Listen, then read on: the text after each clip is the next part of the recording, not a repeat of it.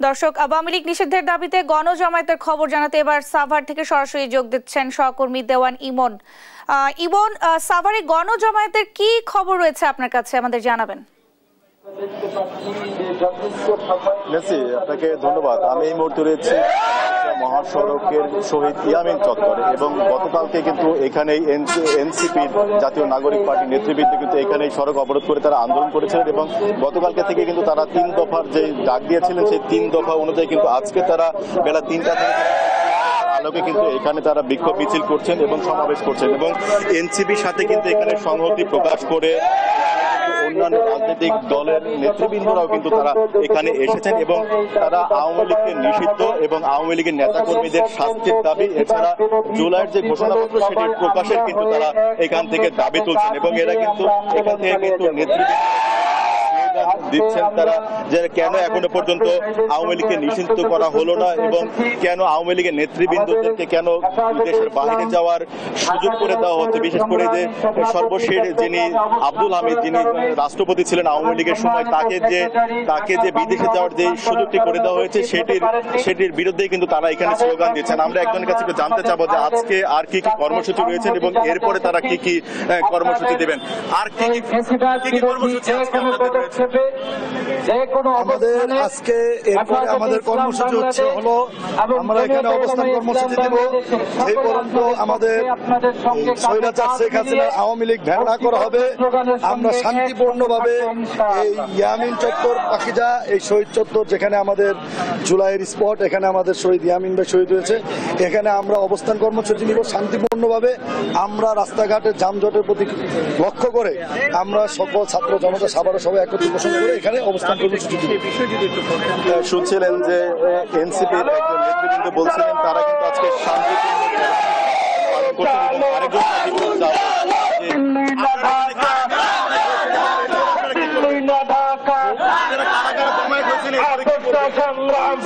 আমরা এখানে হেফাজতের কর্মী এবং খেলাফত মজলিসের কর্মীরা এবং সাধারণ জনতা ও ছাত্র জনতা সবাই একত্রিত হয়েছে। আমাদের একটাই দাবি, এই বাংলার মাটি থেকে আওয়ামী লীগকে নিষিদ্ধ করা হোক, যাতে বাকি জীবনে ওরা এই বাংলার মাটিতে কোনো রাজনীতি এবং কোনো কার্যক্রম যেন না করতে পারে। শুনছিলেন যে যারা এই যে তারা যেমন যে জুলাই আগস্টে আওয়ামী লীগের নেতৃত্বে ছাত্র জনতার উপরে যে ন্যায়াচার চালানো হয়েছে, যে গুলি বর্ষণ করা হয়েছে, যে পরিমাণ আহত হয়েছেন, তাদের আওয়ামী লীগের যে শাস্তি সেটি খুব দ্রুত যেন নিশ্চিত করা হয় এবং যেই কারণে এত মানুষের প্রাণহানি, এত মানুষ পঙ্গুত্ববরণ করেছে, সেই আওয়ামী লীগকে যেন অচিরে নিষিদ্ধের ঘোষণা দেওয়া হয় এবং জুলাই আগস্টের যে ঘোষণাপত্র সেটি যেন প্রকাশ করা হয়। এই কিন্তু দাবিতেই কিন্তু তারা এখানে আন্দোলন করছে।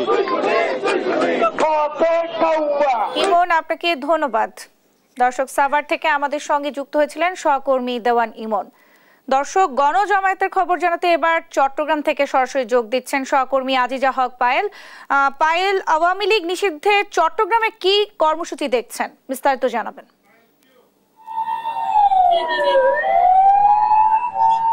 যেমনটি বলছিলেন, 3 দফা দাবিতে আজকে এনসিপি চট্টগ্রামের বিপ্লব উদ্যানে তাদের গণস্বাক্ষর কর্মসূচি চালু করবেন, তেমনটি আমরা জানতে পেরেছি। এখনো পর্যন্ত গণস্বাক্ষর কর্মসূচি শুরু হয়নি। 4:30 থেকে গণস্বাক্ষর কর্মসূচি শুরু হওয়ার কথা। তাদের দাবি ছিল আওয়ামী লীগ সন্ত্রাসী সংগঠন ঘোষণা করে নিষিদ্ধ করতে হবে, আন্তর্জাতিক অপরাধ ট্রাইব্যুনাল আইনে আওয়ামী লীগের দলগত বিচারের বিধান যুক্ত করতে হবে, জুলাইয়ের ঘোষণাপত্র জারি করতে হবে। এই 3 দফা দাবিতে আজকে চট্টগ্রামে বিপ্লব উদ্যানে এনসিপির গণস্বাক্ষর কর্মসূচি রয়েছে। এই 3 দফা দাবি আদায় করবেন এই গণস্বাক্ষর কর্মসূচি তারা জানিয়েছেন। 4:30 থেকে তারা এই গণস্বাক্ষর কর্মসূচি চালু করবেন। এখনো পর্যন্ত তারা আসতে শুরু করেছেন। আমরা যেমনটি দেখতে পেরেছি, তারা আসছেন বিপ্লব উদ্যানে এবং তাদের এই কর্মসূচি শুরু হবে বিকেল 4:30 থেকে। এখনো পর্যন্ত তারা আসছেন।